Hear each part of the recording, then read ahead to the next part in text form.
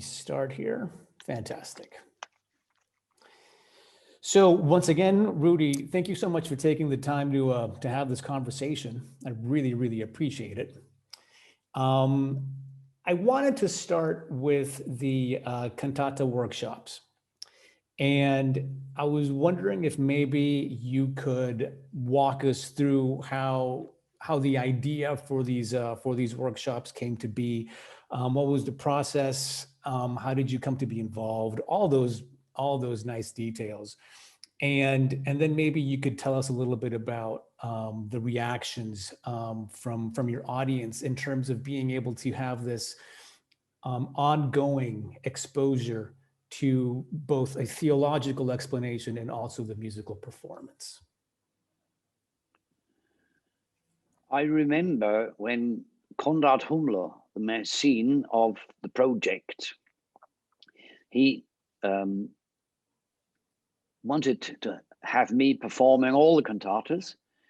When we talked about the procedure, how we get through it, same procedure every year, like with Sophie and her old butler, James, you remember in Dinner for One, we found out it would be good to explain the fairly complicated text situation and also the music, because Bach is very concentrated and on the point. And so we said we could try with a little introduction for those who are interested in it, and see what I could tell them about the piece, about the music. And I remember it was about 2 days before we started the first time, I said to my old clergyman, we worked about for 40, 50 years, Karl Graf, could you perhaps come along? I've got perhaps a few little questions. And then I remember very well, he said, yes, of course, I'll do that. And I said, we've got a rehearsal. And he says, why? We don't need a rehearsal. We have done this so many times. I said, well, we will record everything in tone and in picture. And he says, oh no. And that's how it started. And first it was just a few mentionings from Karl Graf, and I did the most thing. Then after a time, we realized that the text, understanding the text is quite complicated for the people. It's an old antique German. You have to first translate it.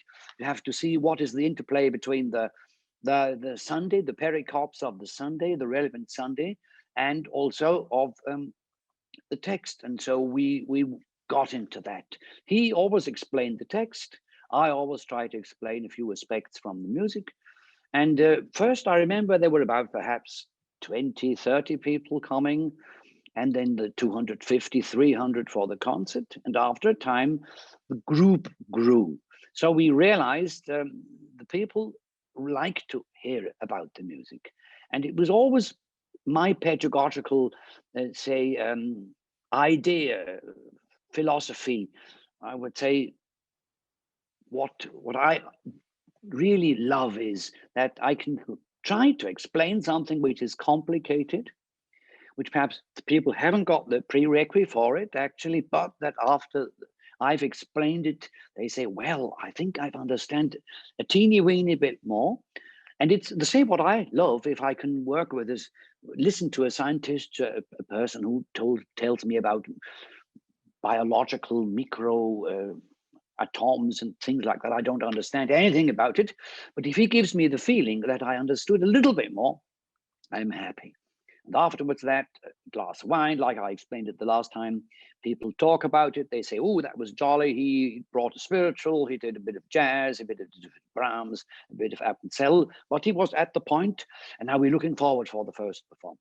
And that was the reaction of the people that in about, I think, about 2 or 3 years, we had more than 100 people coming. We had to change from a little hall in the restaurant. We changed to the church, and now sometimes we've got 200 to 250, sometimes even 300 people who come to listen to the workshop. And it's sort of like you described yourself, something which seems to be a necessity. People love to want to know more, and I'm sure it's John Sebastian who's the reason, because it's really a fine thing to say we'll have a great look into what is actually happening. That's fascinating. So in seeing that the audience was growing and that the numbers were becoming substantially bigger, was there any sort of specific aspect of the workshops that you felt that were resonating more with the audience? Do you feel maybe it was because clearly there must have been some interest in both the theological and in the musical aspect of it? Is there any sort of feedback in terms of which one maybe resonated with the people more, or was it just the experience of just having that opportunity to have that sort of workshop with both elements? I think on the one hand, we've just got our system, our model, we go through, it's like a homily. We look at the text, we sometimes start with music, we go on, we have a little discussion. Sometimes there's a nice little comedian aspect of the whole thing. And I think people also quite like that I'm a sort of an entertainer. And I don't like to do boring things, you know. I improvise my language. I improvise also the music, and sometimes I just have a brainwave and I do it. Or then I ask a nasty question, and the clergyman says, "What did you say?" Ah, and then people think that's jolly, and it's very serious too. I think this mixture, that's what people say they like it, and they sometimes say, "Oh, Rudy, you were really informed today." And I don't really exactly know what it was. I do everything with the keyboard. I did that, although there were a lot of people who said, "Oh, don't use a keyboard, use a harpsichord." I said, "No, afterwards we'll use the harpsichord. Now I'll do it with the keyboard." And of course, imagine if I have to play a choir. There's so many layers. I just have to use the possibility of pre-recording, that I've got perhaps the basso continuo and the violin 2, and then I can play the violin 1, play the viola, and then I sing everything together. And so I can sort of show layer and layer, and we can always discuss about the themes. We try to have our continuity, but we always try to find a new possibility. Sometimes I've got a guest, and sometimes I ask the choir to sing. It may not get boring. It's like a show, I would say, but perhaps the word show isn't quite fine. It's just one aspect is a show. The other is real serious work, getting on, also trying to come on with a new idea, and sometimes also pedagogical repetition. That I say, look here, the diminished chords. It's once again, and what is happening here? That I think people like. That after time, after those perhaps 15 years we've been doing, the people have a theological and a musical improvement of their knowledge, and that they are a little bit concerned. I love to sing with the people, and that some of them hate it, but they still come. And I always say, now you have to sing, but don't be afraid. That will make your throat thirsty. Afterwards, you can enjoy the glass of wine or even the third. That's about that. What perhaps makes our workshops, attractive, that the people really come, because they have to pay for that separate. They haven't that, they can't say it's included in the price for the concert. Of course, they've got a bit of wine, a bit of cheese, but that's not all the francs they put in. They invest for that. Do you think And that might be, yeah? And they must then definitely miss it in these COVID in this COVID period. The audience must definitely miss not just the music and everything else, but the communal aspect. Absolutely. And they are looking forward, and we are hoping for that we can start it again, but we're not quite sure. The situation is, I would say, fairly dismal. But anyway, we did streamings, and then I did a bit of that, explaining a few things, having a few friends talking about this and that. And I think that was very much estimated, but we did it in English. That's, of course, a problem for our public, because they are elderly people. They can say hello, they can say goodbye, they perhaps can say, I would like to have a fish and chips, but complicated things explained in English or even in Spanish, that's quite difficult for them. So it's always for me the question: who is sitting here? What do I want to get to? And of course, my primary goal is, of course, getting to Bach. Of course, of course. And one of the unfortunate cancellations that have occurred because of the whole COVID crisis was a performance of the John Passion at the Yes. Bach-Fest in Yeah. Leipzig. Yeah. In an interview with Dr. Michael Mald, he sort of mentions that you had prepared a workshop with him to introduce the Johannes Passion. Is there perhaps any other little snippet of knowledge and of wisdom that you were going to share on that occasion that you could maybe share with us now that maybe wasn't in that conversation with Dr. Mall? Well, Michael Maul and Rudolf Lutz are terribly spontaneous. They've got a lot of knowledge on the piece, so they hadn't prepared anything. We would have done it 2 days ago. We would have asked us, what can we do? What do we want to do in an hour, perhaps time? Perhaps Michael Maul, he would have explained a bit the genealogy, the what do you call it? I wrote it down. The terrible word, the genesis of the John's Passion. I would have talked about a few pieces. I would have talked about a few aspects of my idea about the piece. But I imagine the little dialogue could have developed very spontaneously and quite interesting. So I'm sorry to say, if you would be Michael Maul now, Camilo, what would you ask me? Well, one of the questions that came to my mind when I saw that interview that you had with him when you weren't able to do the performance, you mentioned that throughout your lifetime of performing and studying the John Passion, you have finally reached a moment of understanding, of having your own picture of the John Passion. I was wondering if maybe you could share a little bit more about how that came to be. How did you reach that picture? What is that picture? Maybe some more details. That's a great question. I would love to dig in, indulge in that question. It might get a bit long, but I'll try to keep it as short as possible. On the one hand, picture is a difficult word. It tries to say something which I really can't express. Of course, I could develop a picture and say in the John's Passion, you've got this Christ, like in the Grünewald altar of the conquerors, Jesus saying, here, I'm the victorious Jesus. I've done it.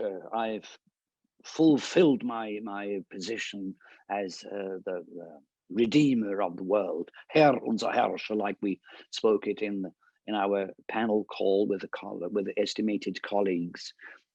I remember the story started about 1980. I was shortly 29, 30. I was quite an old boy already. I played a lot of Bach. I played a bit of continuo, and I was asked by my colleague in St. Gallen if I would want to play the organ for the Matthew Passion. And I said, yes, I would love to do that. I didn't know the piece. I imagine it, with 30, I didn't know the piece. And I said, well, yes, it will be like a cantata, a bit a longer cantata. So I'll take a fortnight for preparation. You laugh, yes. I can imagine that was an understatement, an underestimation of time. It was a nightmare. I realized that he's so complicated and so incredible with all the harmonies, and I tried and tried. I was practicing day and night. I had my Albträume, and then I came to the rehearsals, and the organ was back at the choir, and the evangelist was in the front. I didn't even hear him. It was awful. I did my best, and I think I didn't do it too bad a job, because 5 years later, the same conductor said, Rudy, would you like to play the John's Passion? And I said, yes, but I will do better preparation. And so I started to sing all the roles of the singers, especially the evangelist, which is dangerous. You're alone with the organ and the cello, and if you make a mistake, you're wrong. Everybody hears it, and everybody says wrong. And so I sung and accompanied myself, and I knew the part very well. That was a great help for me. And of course, the music went in. Years after that, I was able to perform it myself with my semi-professional orchestra with a little choir. I put the people together, semi-professional, with a few fine singers. And then I could collect my first sort of, what shall I say, experience with doing such a thing like a passion. I realized it's difficult to find the transition from one part to the other. How do I prepare the choir? Who stands up there? I didn't have any experience as a conductor of Bach. I conducted perhaps a little bit of Mendelssohn string symphonies, or I did a bit of Benjamin Britten, the Simple Symphony, or Elgar's Serenade and things like that. I love to conduct. I had a bit of experience. I studied conducting in Vienna for a year, so I had a little idea. But I didn't have an idea how the cantatas went, and the Passion was a real challenge for me. And then I remember sort of because I had studied it at the organ, and I had studied it conducting, and I had studied with the text, I was quite able to make a few quite nice performances. Then I had to do it once again with a colleague. I was at the organ again. I conducted it once again in the university with my choirs, and I was teacher for counterpoint, side reading, chamber music, all sorts of. I was a sort of one. I don't know. One calls it in German "Mädchen für alles," also a lady girl for everything. So I had experience, and then of course the Bach Society started. There, of course, I really learned what happens between a recitative and an aria and a choir. And then that was Schaffhausen, by the way. A good friend of ours, he said, Christoph Fröhlich, dear Christoph Fröhlich said, Rudi, do you want to conduct the Matthew Passion in Schaffhausen? I said, yes, that was lovely. And so we had the opportunity to perform the Matthew Passion. It was something about 2013, but it was my first, it was my second Matthew Passion. I think I told about going on to the Alps when with the university in 1993. That was also a great experience for me about Bach and what happens and how you bring that together. So it was my second Matthew Passion. We said we want to do a lot of performances, and after that we will do the recordings. And there I sort of got into it. Then we did the B minor Mass also for Schaffhausen, and 2 years later, as a trilogy, the John's Passion. That was, of course, a great re-encounter for me. I knew the piece very well. I could play it. I could sing any part of it. I could accompany any part. And so I thought I was really well prepared. But now coming back to your question, what's the picture? I would say I sometimes got the feeling when I play Bach, after these many, many years, I'm like a machine, MRT, something like that. I scan through the music and lots of little bulbs light up. Here a harmony bulb, here a rhetorical bulb, here a rhetorical bulb, here thinking of the melody, here thinking of a rhetorical idea of a figure, and sort of the feeling that I'm not only understanding for the musical contents, for the form, for the phrasing, for the dynamics, but also for the meaning of the text. And that is something I can't really explain. What I can is I can sing it, I can take I can go to the keyboard and say, now listen to that. That's also my idea of a conductor. My musicians don't need me. They could do that absolutely without me. Perhaps if I've got a big passion with 2 choirs, then it needs a conductor. But otherwise, it's just more having this idea, trying to say, listen to this, what's happening here now. Was hat den Übles getan? That's what I already quoted in the panel. But I say, now why Pilate in that moment? He says, what are you harming this person? What's happening with this person? He's a good man. Why do you do that? And then the soprano says, well, no, he didn't do anything bad. He he did this, he helped those, he did that.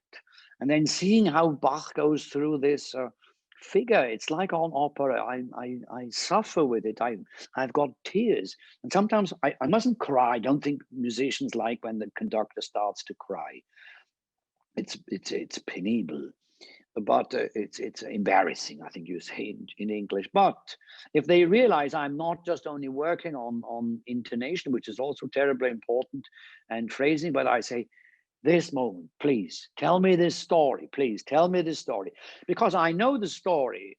People realize when they tell me the story, I'm like a person who's listening. Yes, yes, you sing this story. Ihr habt uns allen wohlgetan. Intonation is not important anymore. It's prerequisite. Phrasing is not important. It must anyway be, but that somebody tells this story. And that's, of course, so important that I engage those people, that I ask those people whom I trust that they will and are able to express that, like a Charles Daniels or a Daniel Johansson. I can trust on Charles. I can say, come on, Charles, give it. I want to hear it. Tell me the story. Otherwise, you may not ride my bicycle. Then he, ha, ha, ha. And then he sings like a god, as if he would be Bach himself. That's terribly important that I've got my crew who likes to perform the piece and likes to also perform the piece with me. And I think this picture, this being perhaps of the piece, like I sometimes say, I marinated with Bach. It just takes a lot of time. That's why I don't read so much about it. I do. I must know more about it, but I simply just sit here and suck it in and suck it in. I remember my grandmother, she was in Switzerland and was always homesick for the seaside in the south of England. And then when we sat there once together in England, then she says, look, Monkum, she called me Monkum. That was my nickname, Monkum, suck it in. And that was very important for me. This feeling of, here you are, put it in yourself, and you've got it, and you somehow are that. And that's what I would say is my picture of a piece. And that's so terribly difficult in all the new cantatas. It's the first time I'm actually working on those cantatas.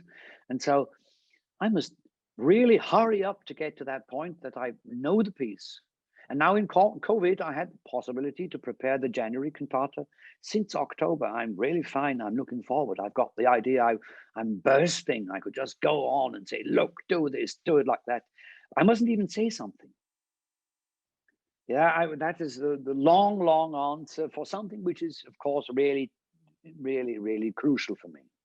No, it's fascinating. It's absolutely fascinating. And besides the performance aspects and the aspects of technique and all these other important things that you mentioned, it's precisely that area that is more difficult to put into words, the feeling of the text and how you identify with it personally or even spiritually. Yes. That's really fascinating. Because I think it's linked to that other aspect that you mentioned about what you see as your role as the conductor, which if you permit me, sounds a lot like a film director, a movie director, which is more than the technical aspect is sort of a prerequisite. That's just sort of, that goes without saying. But that ability of bringing out emotion and bringing out the story from the people that you're working with, that seems to be the crucial aspect. So in your role in doing that, I assume spirituality plays an important role. Definitely. Your own personal approach and your own personal philosophy. Absolutely. That's why I always have my theological sparring partners, and that's why also I read a lot about it. I just had a great talk with Dr. Arend Heuer. He's a clergyman, but also a scientist.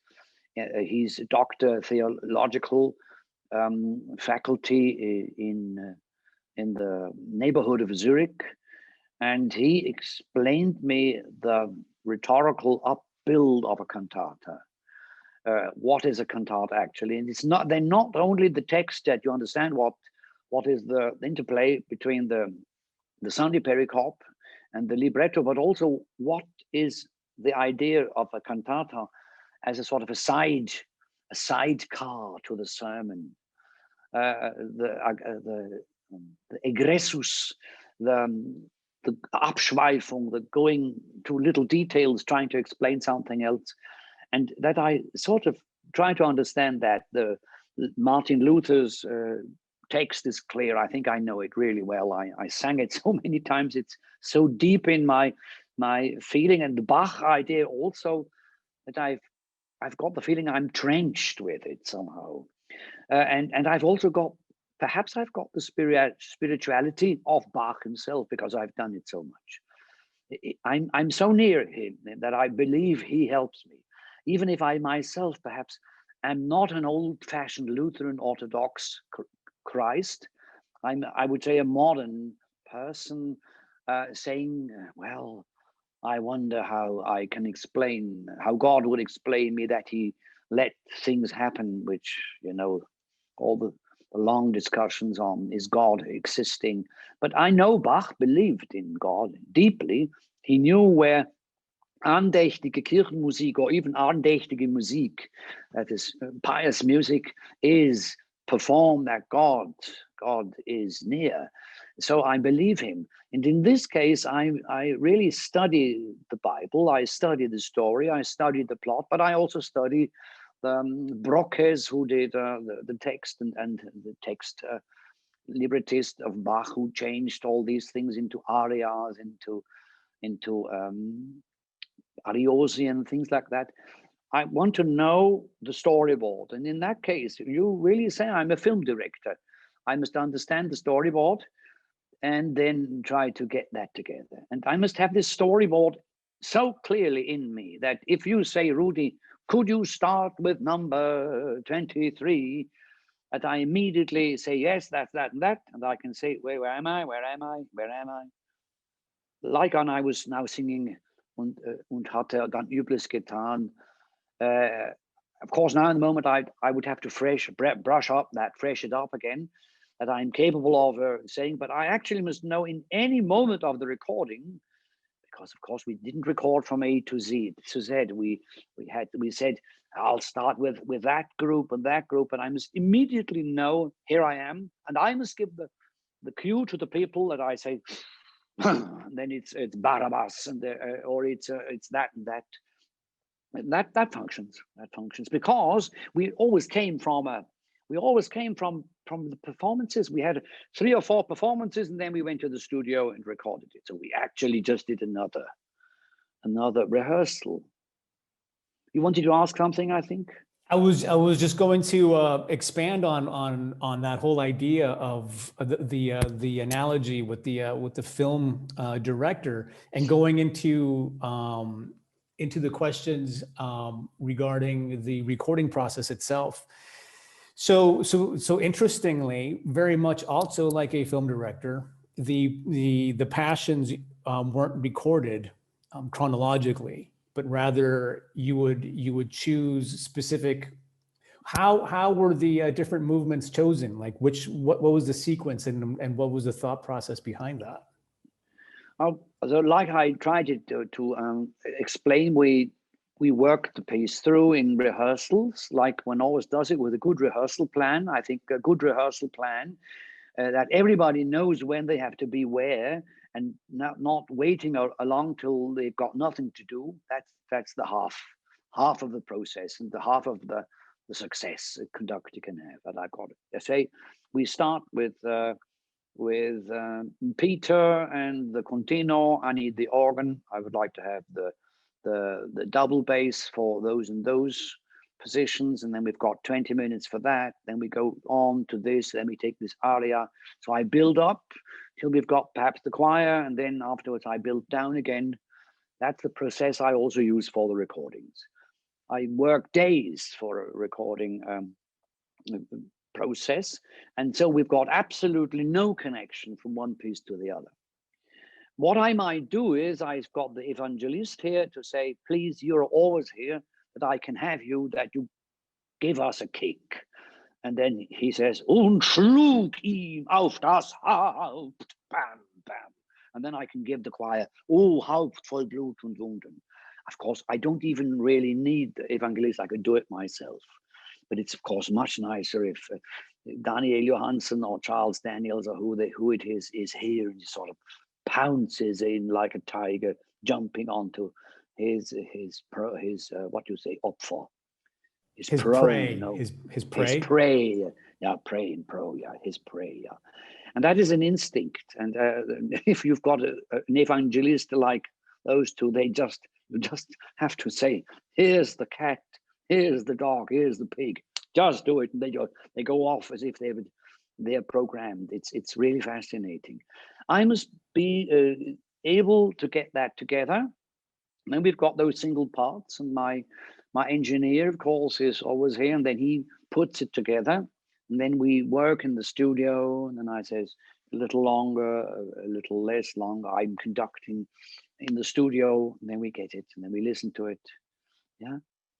And because I've got the full picture in my head or in my body, I would even say, I'm capable of saying the little finger now, and now please the nose, and afterwards my spectacles. And I know where my spectacles are and where my nose and where my little finger is. And so I'm capable, together with a good engineer. We haven't got producers. We do it all ourselves.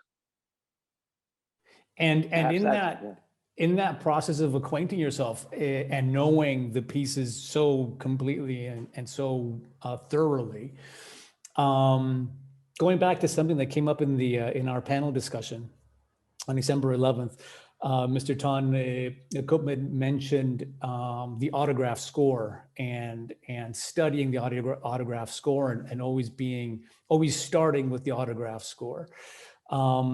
What's your process like when you're approaching either a performance or when you recorded the Passions?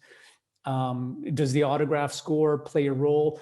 And particularly this whole notion of Bach leaving out all of the details of how things should be performed. That's an interesting question, yeah. And this whole idea of whether or not that was that something that was common at the time? Was that just like a Baroque composer approach? Why did Bach leave so many things unspecified? If you see the procedure in the music history, you say it always gets more exact. First, you've just got a few notions, notations, and the people know exactly what they have to do. They've got their traditions.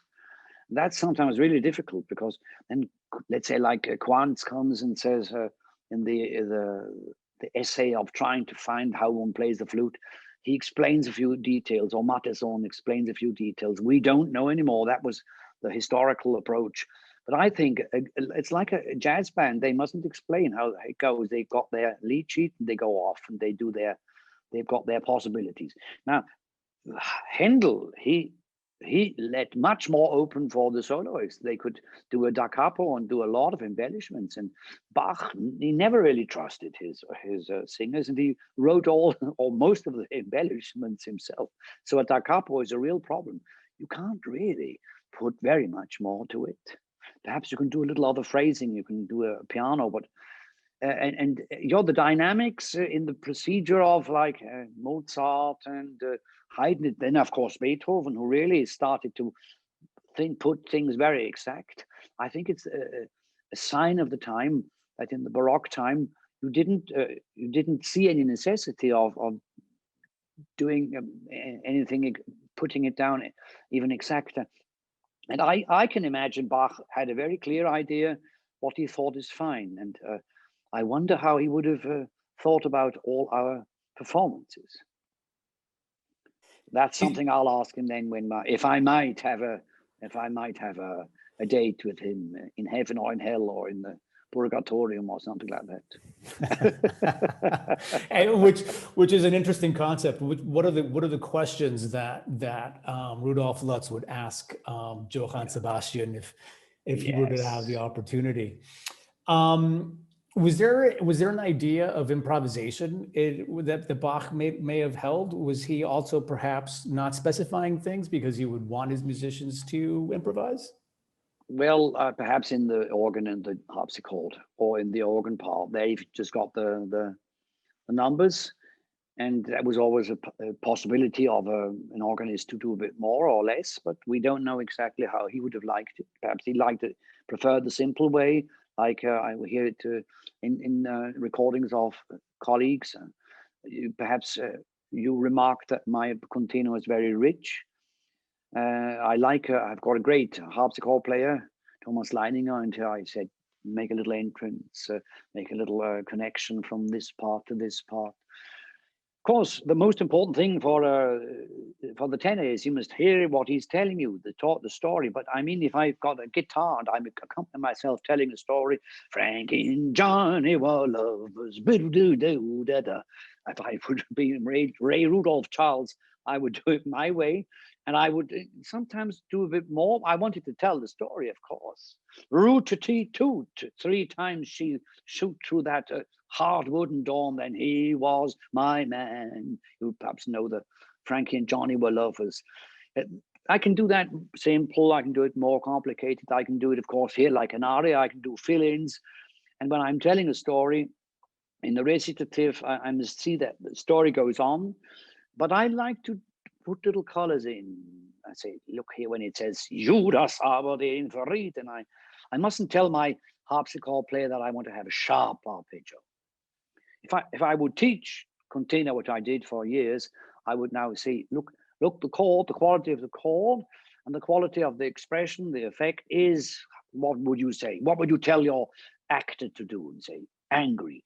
Judas, that miserable fellow, he's got a diminished chord. You play, no, I have to have an angry tiger digging his teeth into the meat into the neck of the what is the gazelle? I don't know. It doesn't matter. Anything tasty, and then and things like that. I have to have people who understand that. That I can perhaps say, could you depict that a bit more?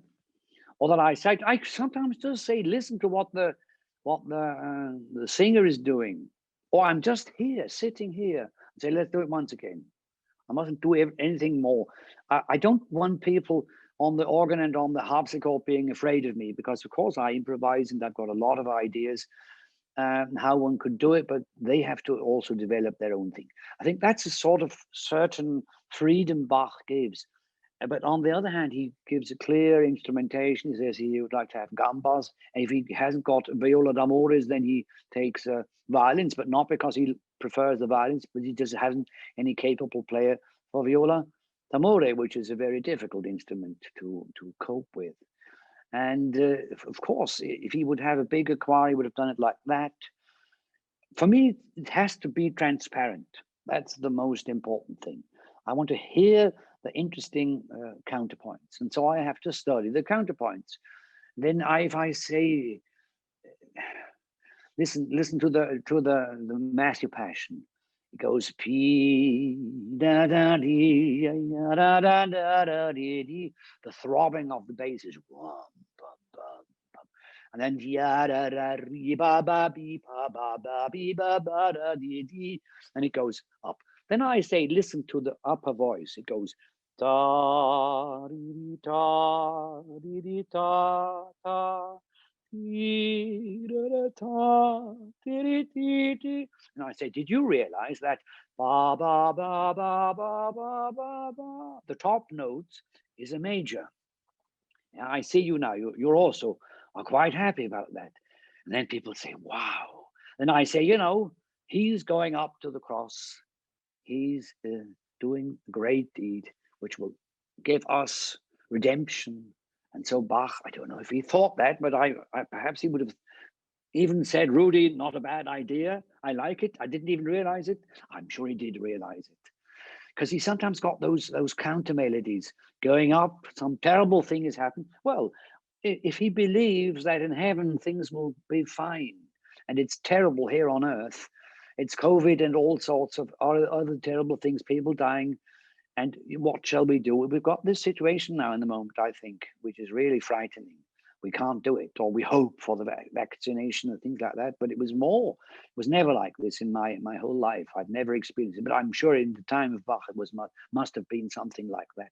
Anyway, this feeling, if I say that to my musicians, I don't give a lecture. I just say, listen to that. They say, Then when we conduct, I perhaps look into the orchestra and say, do you hear it? We're doing it. And that's why I think a real good conductor knows his piece and is in cooperation with his musicians and say, you do that, I'm here, I'm accompanying you, and I adore what you're doing. I must love the orchestra, I must love my singers. And the choir say, I love it what you're doing. And if you're not doing fine, I say, God damn, why don't you give that what I want you to do? You did it in the rehearsal, please do it. Or when I'm conducting in the moment, I say, yes. And it's not because I'm doing this, it's because I've got it in my heart. I've got this feeling in in your gut, my body, my yes. blood, my gut, yes, in my gut, that's even better. You mentioned something, the throbbing bass in the opening chorus for the Matthew Passion, and I just thought right now that, of course, it's also present in the opening chorus of the John Passion. Oh yes. And I just wondered if we could maybe talk about that opening chorus in the John Passion just for a second. That opening bass is definitely something really present. It's really just very noticeable and gives a great deal of character to that movement. But in general, that opening chorus is a really sort of, it's one of the things that, on a very personal and a very unstudied perspective, in my own opinion, Her Unser Herrscher is a particularly interesting piece because of the sort of three different things that are going on. We've got the 16th notes in the violins. We've got that throbbing bass. We have the wind instruments sort of floating on the very, very top. Could you maybe share just your own sort of personal appreciation for that piece? And any sort of thoughts, any sort of interesting experiences with it, anything that comes to mind? Oh, then of course I can go on for the next half hour. Camilo, it's a thing which is of course really worthwhile talking about. You described it beautifully. I think there's a fourth layer, the choir coming in, this Herr, and sometimes also absolutely one Herr. And then unser Herrscher,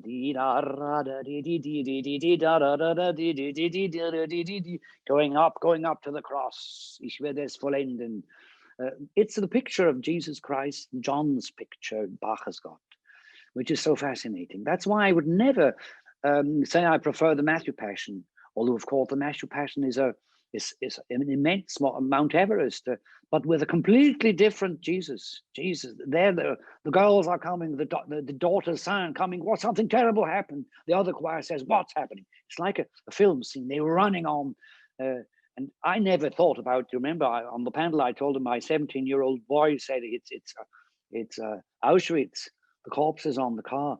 But I always saw an opera scene here. And the throbbing bass is tam, pam, pam, pam, pam, in a 3, much softer. The other is bam, bam, bam, bam, bam, going through.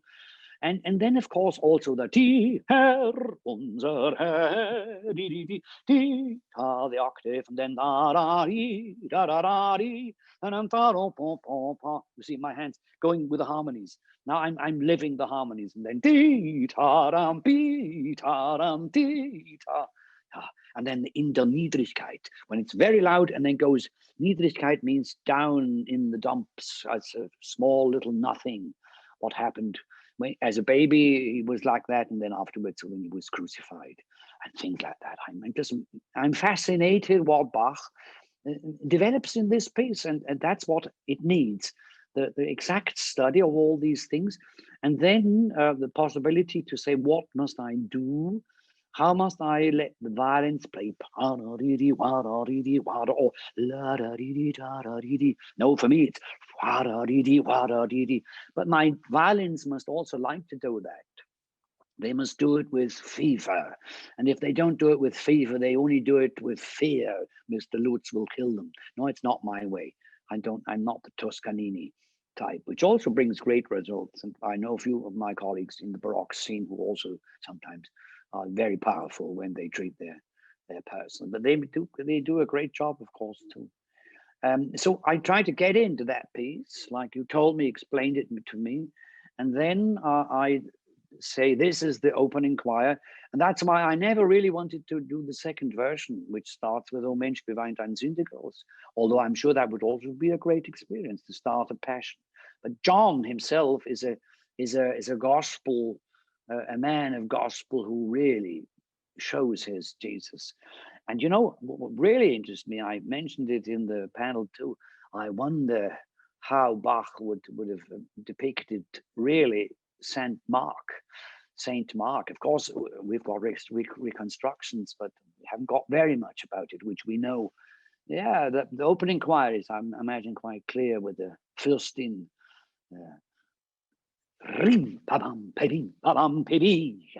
It's another feeling. And I imagine he would have also developed his character. How would he accompany Mark? Imagine. In the John's Passion, he did it with the continuo. Perhaps you realize that in my John's Passion, I always let the organ keep the chords when Jesus is talking, and I let the double bass go with it. So I do a little bit of depicting, like Monteverdi also has continuo for that person, and then for the ugly, that person, and for the beauty, this continuo. He's got hundreds of instruments and guitarones and all sorts of guitars and continuos, 11 continuo instruments. I did a bit of that, but in the Matthew Passion, he brings in the strings, which is of course a magnificent idea. And what would he do if he depicted Jesus in the? We don't know it. I imagine perhaps he would have used those gambas. You never know. Doesn't matter. He would anyway have looked for another solution because he never liked it to repeat things. And sort of staying within that world of just pure speculation, one of the things that you mentioned in your interview with Dr. Moll was precisely the changes in the versions to the John Passion, and that apparently, at least to us in the 21st century, apparently inexplicable removal of something like the Herr unser Herrscher opening chorus. You mentioned that the theologians that Bach had to either submit his work to or collaborate with probably had a hand in that. Could you help us understand a little bit more what that conversation might have been like, what the reasoning behind that might have been? It is speculation, and also I must commit, it's not my speciality. I would prefer Michael to explain it, or perhaps even a clergyman. I know that they were always sort of having a sharp eye on what texts came along. Perhaps one thing happened in one of the versions. They just let out the cloth of the temple, which was the temple, der Vorhang im Tempel zerriss. The curtain was teared apart. He put that out in one of the versions because it doesn't exist in the Gospel of John. Perhaps somebody of the clergymen said, that doesn't belong here. I don't like that. That is too pietistic, or this is not my theology. But on the other hand, I can't really quite explain why he changed the first choir. He anyway came back to the first choir again. And of course, it gives a completely different opening idea. If you take this O Mensch, beweint ein Sünde groß, which is an incredible piece, of course. And he afterwards rescued it again and put it into the Matthew Passion again. It was interesting. It's a very interesting way how he comes to the final solution of the Matthew Passion, which exists. He wrote it. And the autograph, of course, is a beauty. It's with a red ink. I don't know if you ever saw it. I haven't, no. I once saw it in my former life. It was my former life when I was very young. We were in Berlin, and I asked the grim lady there. It was DDR, or what do you call it? Bundesrepublik Deutsche Demokratische, German Democratic Republic. Right. Yes, that was. I remember. I was scanned from top to bottom, and I said I would like to have a look at the Matthew Passion. I was about 26, and then she said, "Are you mad? Everybody wants to see that." No. And I said, "Well, but perhaps I could have a look at the Orgelbüchlein. That's also a very famous and very beautiful manuscript." And then she said, "Okay." And then I was allowed to be 2 hours alone with Bach's Orgelbüchlein. I was so enthusiastic, Wow. I nearly started to write into the piece, into the manuscript. And then afterwards, the terrible lady came and said, she tapped my shoulder and said, "Come along." And she brought me to a little cabinet. And there she said, "Look." And I had a glance, a glimpse of the Matthew Passion. It was a great moment, yeah. Although the greater moments for me are when I dive into the music. So I trust my musicological colleagues who do the big work when they look what is the best version. So I take the new Bach-Ausgabe, the new Bach edition, and I say I trust them, and I get into that. Perhaps a few details I could win if I would be more in the autograph, but actually I prefer to use my time studying the viola and saying, what is the viola doing here, and how does he do it? And I'm also my admiration, because I compose myself. I know how difficult it is to set a beautiful viola, which doesn't make parallel octaves and fifths with a second oboe and things like that. It needs an incredible craftsmanship, this composing. And so I sort of can't really tell you what was the matter. I know anyway that Bach had his great troubles with the clergy, and I imagine the clergy also had great troubles with Bach. And there, of course, Michael Moll, how you call him? Moll, no. How do you express him? Now, I don't hear you anymore. Sorry, I pronounce here it you are. Dr. Moll, Yep. but I must be doing a terrible job of pronouncing his name. I love it. You could also call me Rudolf Lutz, you know. No, Lutz, and Michael Moll, I like that. That he would be the man to ask for. He studies these things actually very, very meticulously, and I'm sure you will be very happy with him. Perhaps you could also get him once on a panel for a passion. That would be absolutely fantastic. That would be absolutely fantastic. If I can do any help, I'll be happy to do it. I will definitely take you up on that offer, Rudy. That would be fantastic. We can maybe talk about that a little bit later. You'll tell me afterwards. Yeah, we can perhaps cut this out or not. Now, I hope I could answer your question. Definitely. And as I was hearing you describe your own process in diving into Bach's music, I wonder if perhaps also, do you listen to other recordings? Is that something that you do either for pleasure or as part of your work to sort of have a reference to what has been recorded and how it's been recorded? Or do you just rather not paying attention to that and do your own thing? Well, I would say in the last few years, it's always more like you described with your last mentioning. I sort of trust my own idea. I've got my own picture. I always listened quite a lot in earlier days.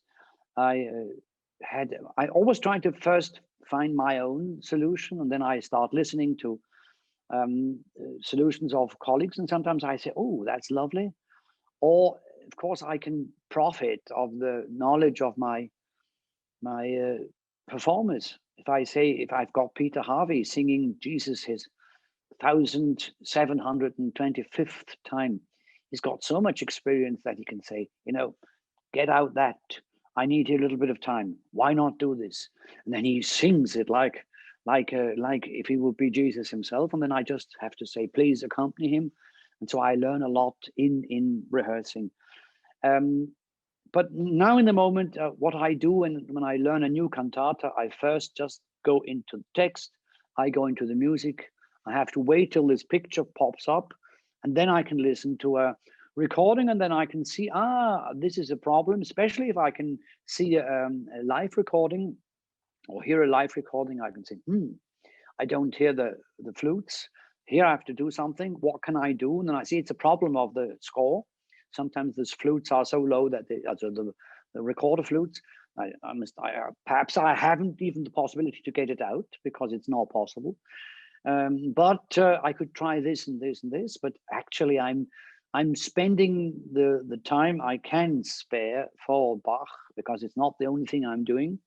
I'm also preparing concerts and accompaniments, and I love to play the piano and all that stuff. That I say I prefer to use much of my time for studying the score. That makes a lot of sense, actually. And I was just thinking that how many years are left for the cantata project, Rudy? Well, if COVID allows, or like we said, if God allows us, we'll go till 28, 27.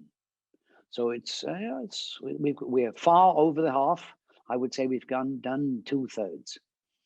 And by the time by the time you reach that end point, I'm hearing you talk, and I'm thinking that your view of Bach will probably have changed, and you'll have a very different, or perhaps not, different view of Bach and his music than when you first started, because this whole process is a 20-year-old. This is 20 years, 25 years?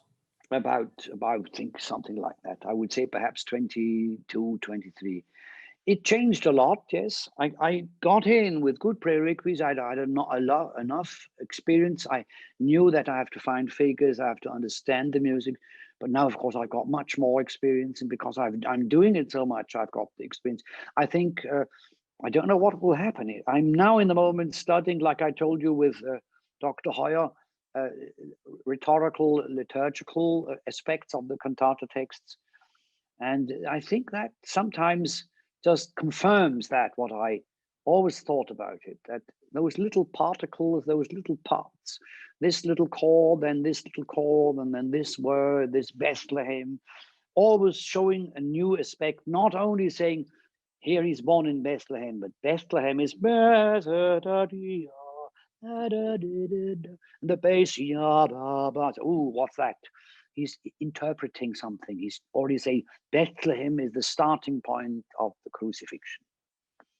And of course, knowing the theology, knowing what the clergyman might have said, it's very difficult to know. What one knows, perhaps contemporary sermons, and what Gottsched said about the sermons in Leipzig. So bit by bit, I come a little bit nearer and try to say everything has its importance. You can't go over everything, but I don't want to do it in the romantic way where you overemphasize every detail and the singer does that and that. But it's not so bad, I think, actually. I don't think it's just common boring recitation of reciting of Bible text. It's really interpreting also the ideas, and let's say my knowledge is growing, but I don't know. I'll see. I hope I'll have this point where I can say I've done it. But on the other hand, I've done so much of it that I've got the feeling now in the moment I've got a sufficient knowledge of what I need to be able to conduct. But it's always a new challenge, because I have to see that I get from this point over to this point till I've got it in my body. And that is something you just can't hurry up. It's like a condition when you're a tennis player. If you build up always the next condition for the next piece, it's always new. It's not like doing the same thing the whole time. It's always a new piece. That's difficult and lovely and fascinating. And it's always worthwhile. I don't know an encounter with a new piece of Bach, which I think, oh, I know that it's boring. No, I don't hear you anymore. Now I hear you. Yeah. I feel like it'll be a fascinating conversation to have once this project has concluded, to be able to sit back and reflect on your 25-year commitment with Bach. We'll do that, I hope. Then I'll be 70 and I'll be 76 about. And maybe we'll have to celebrate with a nice bottle of champagne or something. That we will. We'll take the best. We'll have a Krug. Yeah, exactly right. Yeah. Switching gears a little to the actual recording process itself. Yes. Rudy. So you mentioned that you don't work with producers, and it's really just you and the engineer.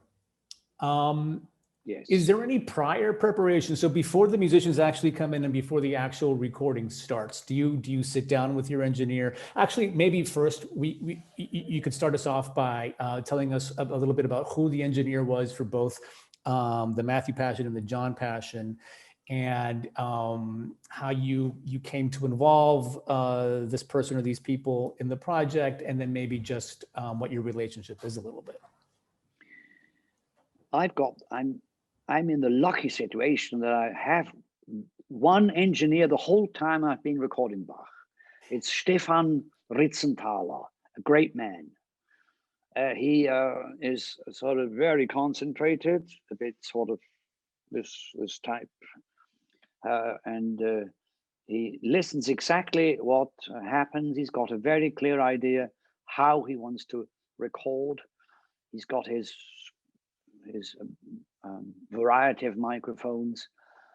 We got to know each other already earlier for organ productions where I accompanied the trumpet player and I recorded some choir concerts of ours. And then with the Bach, we always have post-production where my concert master or my cello player is here, and we always talk about the little problems coming up. We're having live productions, but we have the possibility to have an hour time to do little corrections, an intonation, a phrasing, or a timing problem.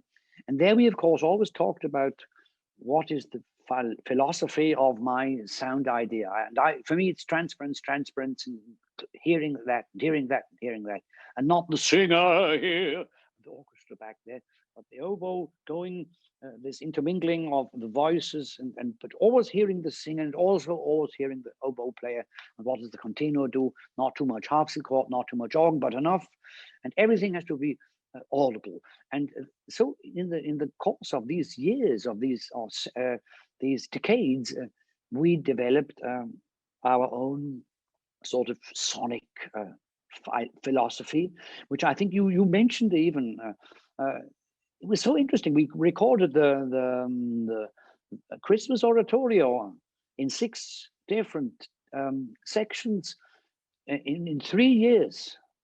January, December, and we always had the same tenor. We had different orchestras, we had different soloists, and now we have released the piece, and the critics are very happy. They say incredible, same sort of sound, and I just trust him and I rely on him. And because we're doing so much post-production, it was just like the same with the Passions. I said, come on, Rizzi is his nickname. I'm Rudy, Rizzi and Rudy. I say, Rizzi, please come and record one of our concerts before we go to the studio. And then we listen to that together and we say, that and that and that and that. We could do perfect that and that and that. After 3 hot concerts where we really say we want to have our jam session with something which makes people mad when they listen to it, we go to a day after we go to the studio and have perhaps 3, perhaps 4, perhaps 5 days. But I've got a very exact plan, like I pointed it out before. And then we go ahead. And then I said, you do the job. I trust you. And after that, he makes the first version, and then we listen to that. We said, do you think we've got a possibility? Or the singer had a problem here. Can we do some corrections? We don't do much. We don't, of course, he's got his sound possibilities too. He says, he told me, you wanted to know about the microphones. he says, of course, the sharp, precise instrument of a violin, he takes another microphone for that. He always goes to the sweet spot. I'm sure you know that expression. It's very important point. He comes to he says, play for me. And he says, where's the sweet spot? And then he puts the microphone there. And I say, yeah, Ritzi, you do a great job. It's fabulous. Yeah. And the really fascinating, interesting thing about exactly that expression that you just used, and in recording in particular, that sweet spot, because ultimately it's very subjective. And knowing now that you have worked with the same engineer for all of these recordings really explains a lot, because there is definitely a sonic personality that comes out that is very unique.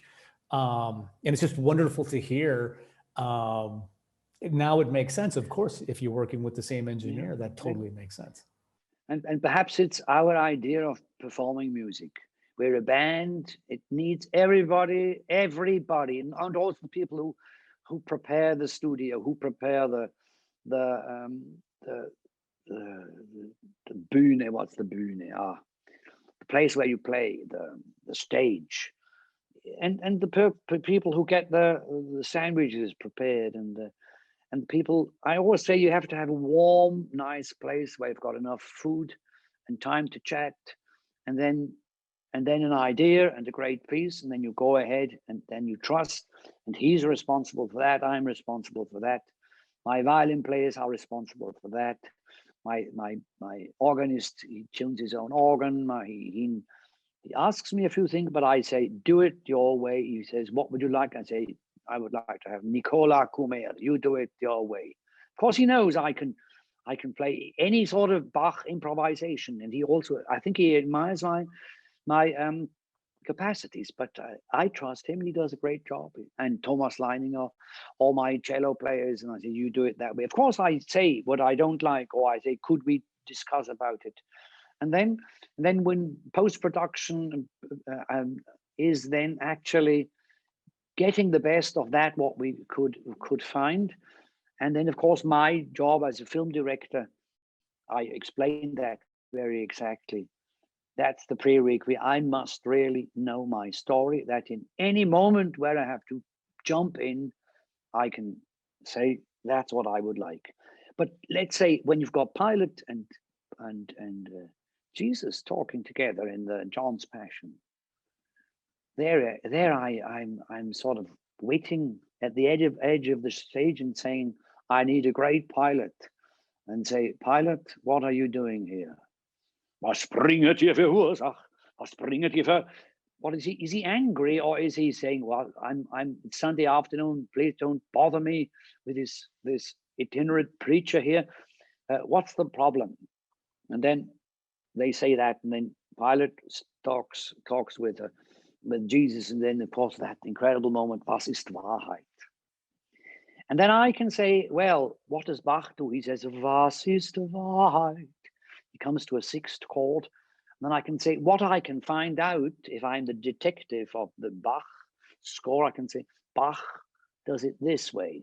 Perhaps that might mean this and this. And of course, the more I can understand his language, his sub-language under the recitatives, then I imagine perhaps I can sort of tell a few things.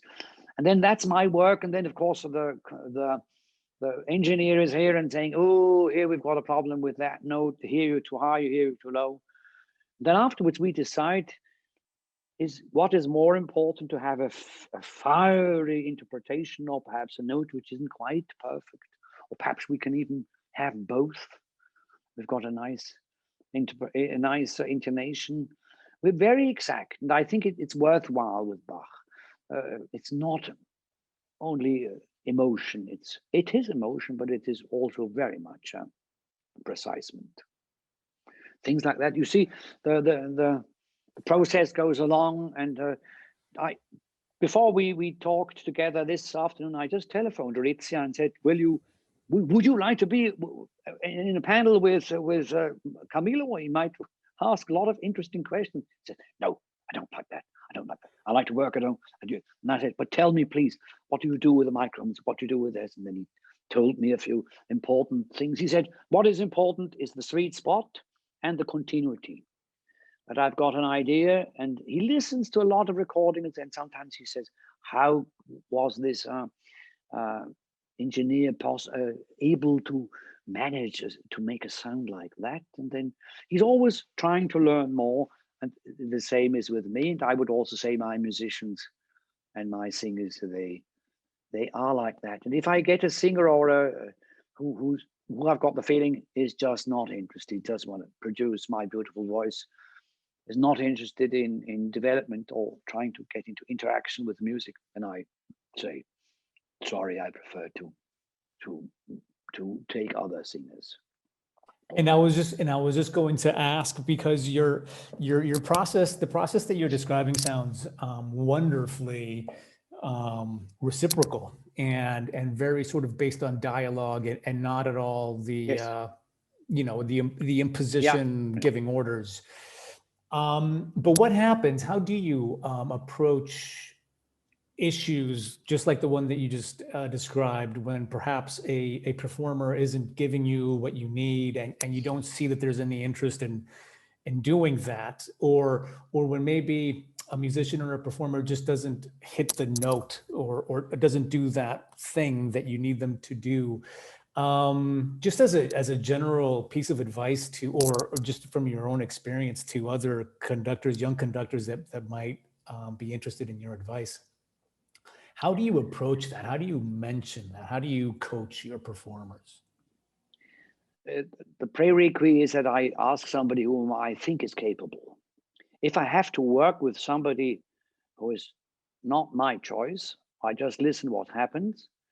And then it takes a long year's experience to get the best of this person. Because if I make this person completely nervous, of course, I could crash this person completely down and then build this person up. I know conductors who do it, and then say, now you see, you've realized it, great, you must listen to me, I'm the conqueror. That can also function, but it's not my way. But sometimes I try to then explain something, sometimes I just sing it, and sometimes I just don't get it.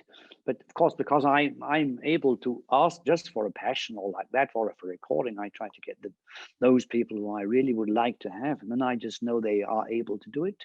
And then if it doesn't come in the moment, or perhaps they've got a little problem with the voice, or they're a little bit cold, they've got a cold or something on the vocal cords and things like that, then I have to, of course, be very cautious about it. And I remember sometimes we had this also in the Passion, somebody who had a little on the throat. How can we get all the whole vocal part, or also the oboe who's getting nervous? How can I bring the person to feel again at ease? And then as a conductor, oh dear, what's this? Looks like maybe it's that same button again. Yeah, no, it was something. Somebody from France is trying to. Wait, I'll try to get out. Operation, no. Bother. I'm absolutely capable of conducting and getting people to the point where no, it's off. I think there you go. There you go. There you go. So then good. I hope it will stop now. For young conductors, they have to see what is their time limit they've got. They can't go on. Perhaps what they could is a little pre-rehearsal. I take a pianist, or I play it myself. I work it through, and I listen what is possible. And I say, try this, try that. And of course, if somebody says, I don't want to do it, I must see what I do. I could also say, sorry, please do this. I can at some moments really say I'm the boss. But I can also say, try it your way, this way I like, but here you're not together. Here the note is too low, please. But of course, singers are normally quite sensitive. And so I have to say, your voice is so beautiful, but that sometimes can help. Which is anyway, I think it's a good idea to first say, I like this, I love this, could you change this? And then I'm prepared. And then in the rehearsal, perhaps I've got a problem with the second oboe. with my orchestra, normally not, because I can say you're too low, you're too high, and they're not nervous. But if I've got somebody who is uncertain, I must try to build those people up. And that takes a lot of experience, that I'm so cool in the moment to see I've still got 10 minutes. I could do this. And then at an end, I must just say that's what I can reach and I can't get better. Perhaps if we do it once again, the next day, or the dress rehearsal, I say, yeah, lovely, come on, I enjoyed your playing. And then the oboe player says, well, that was so kind. And then the person gets a sort of a feeling of, I want to have his or her best. And that can be a very great help. It's difficult. One would have to, I think it's good if a young conductor always is sort of talking with another experienced conductor, and is perhaps even doing a sort of a show conducting, that I say, I'll sit into your rehearsals, I'll sit into your performance. I don't say a word, I'll just have a look what you're doing, and I'll give you a supervision. That's a great thing, to have a supervisor who doesn't disturb you, but he let's say, go ahead, do what you think. Afterwards, we'll see what is the result, because there are sometimes a lot of ways to roam. Absolutely. And what you describe, your approach, also seems very, it's similar to what a teacher does, what a good teacher does, which is to build up the confidence first in the student, and then sort of help, take them where they can go without trying to scare them or intimidate them. It must be a wonderful experience to work in the studio with you, or in a performance with you. Was that your learning experience for when you were studying conducting? Did you have a gentle mentor type situation, or was it difficult? No, not at all. He said what was right and was wrong. It was Vienna, 1976.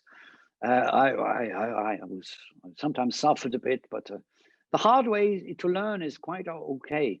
I think there are hundreds of possibilities to work with an orchestra and an ensemble, and I think the ensemble, the better it is. If you think of the Berlins or people like that, or in a great American orchestra, they just have a look at you and they hate you, or they perhaps might listen to you. Of course, if you're Simon Rattle, perhaps it's a different thing. But I always think it's this magic moment which has to sort of happen. And I always had the experience, if I've got a lot to say in the sense of I know the piece, the orchestra, especially the orchestral musicians, they realize that in a tick of a second. The choir perhaps is more on flowery ideas and say, let's try, and beautiful springtime. Oh, this crocodile biting you, and do that, and there are to do. I would say supervision is a great thing. Young conductors, take your supervisor you trust. This supervisor should like you, should think you're gifted, and but get out your best and work at your worst. That would be my advice. In short. And good plans. If you've got a trombone player, he plays in the fourth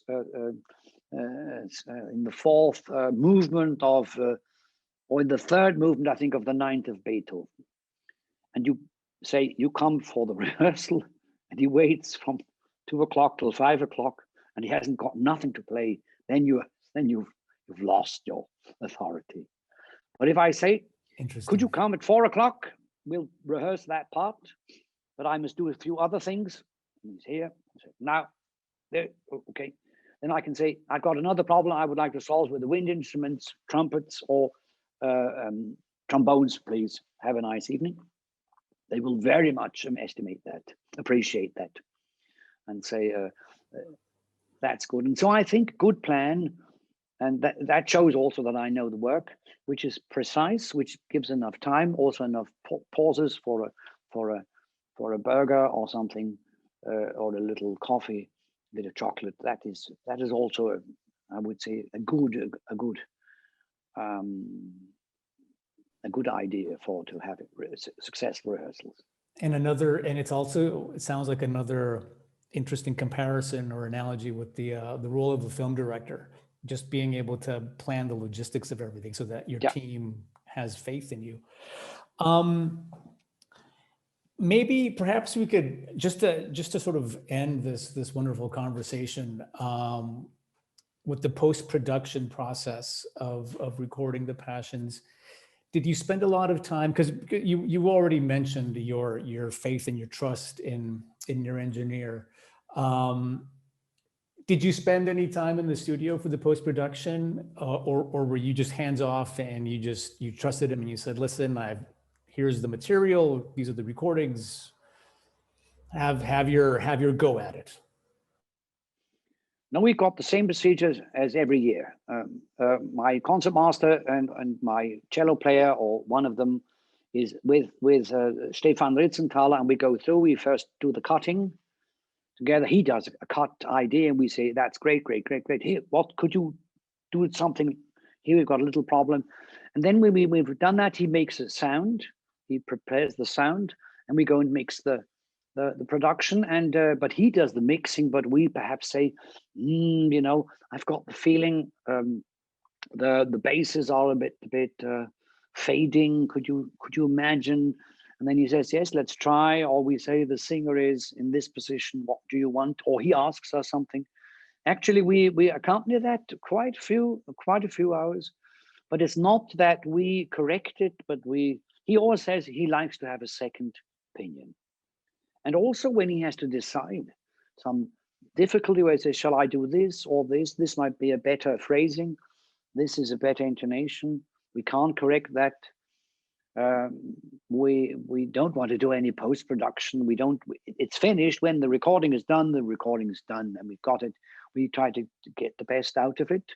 And of course, then afterwards, one of the very important things are the transitions from one part to the other. Then we take a real time. I'm sort of like in a conductor position. I say, here it stops. Then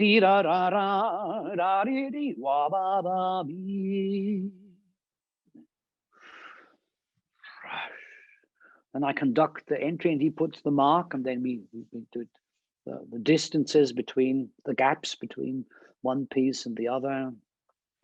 That is a very important thing. And then he listens to it, and we listen to it. But after that, the thing is done.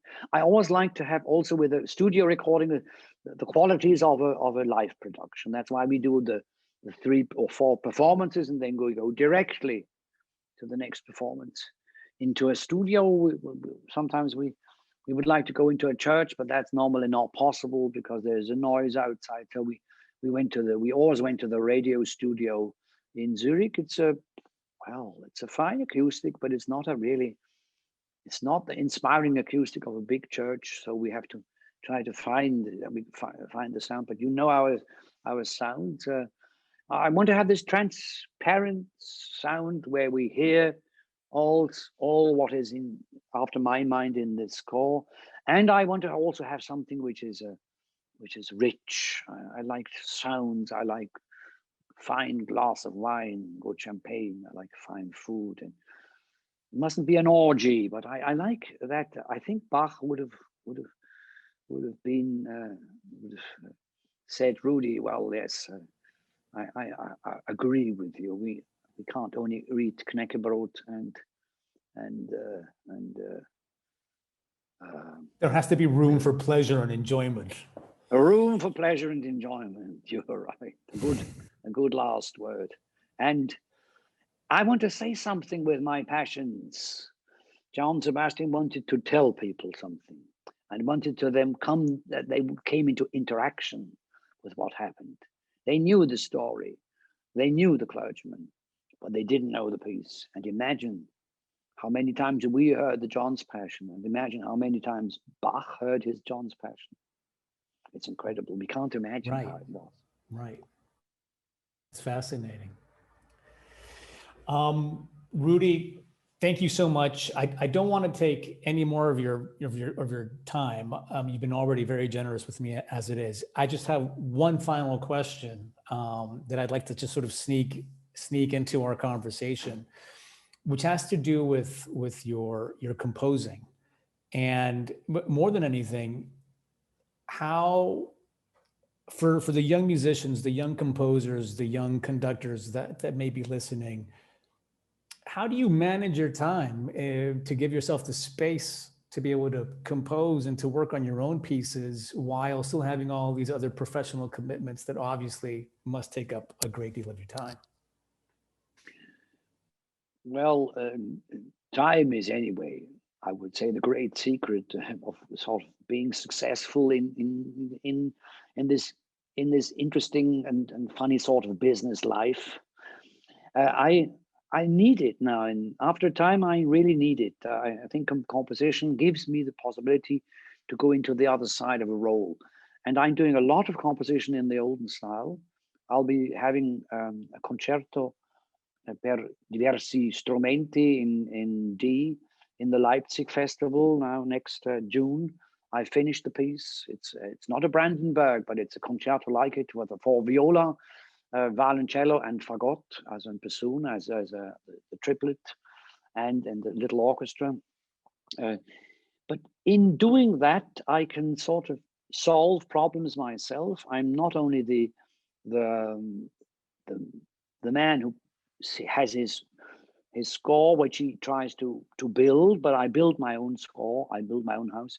So I've got another insight in what actually happens when Bach does his great pieces. That's why I want to study that. I want to see how does he develop a harmony, how does he develop the bass, how does he develop the contrapuntal idea. And I've got more admiration for Bach. And I also sort of, I can bring in that what I know into my own pieces. In that sense, it's not important if this piece will be a great success, but I must be happy with the piece. And that's what I just want to do. So I have to see that I got a good time schedule, and I say I've got my goal. I want to till then and then finish it. So I take 2 hours that day, 2 hours that day. And then perhaps I have to stand up at 5 o'clock that I get in that all. And of course, the performances, they come again. They will now be coming again month per month. This COVID time gave me a possibility to because all my agenda was full. Now my agenda, like all musicians, was quite emptied. I had a lot to do, organization, but on the other hand, I also had really time to take time for all these things. And I realized I gave up a lot of teaching. And now in the moment, I'm doing more composition. So it's the one thing I've done. I've done it 50 years in my life. I'm a committed teacher. I always like that people, I like to explain, like I told you, complicated things in a manner that it's not just only simple, but that people start to understand a little bit. And now I've given that up a bit. I do it in the workshops, but on the other hand, no school anymore, no university. But I do my composition, and I would say, like improvisation and composition, those two, if you do that as a musician, you will have much more respect for what the great composers were able to build up. That would be my device, my philosophy in why I do composition, why I think it's not only just a thing nearby, but it is really a crucial topic. That's wonderfully said, Rudy.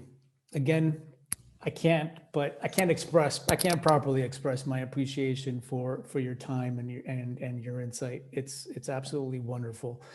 Thank you so much. Thank you so much, Rudy. We will of course still be in touch, but have a wonderful 2021. And I look forward to talking to you again.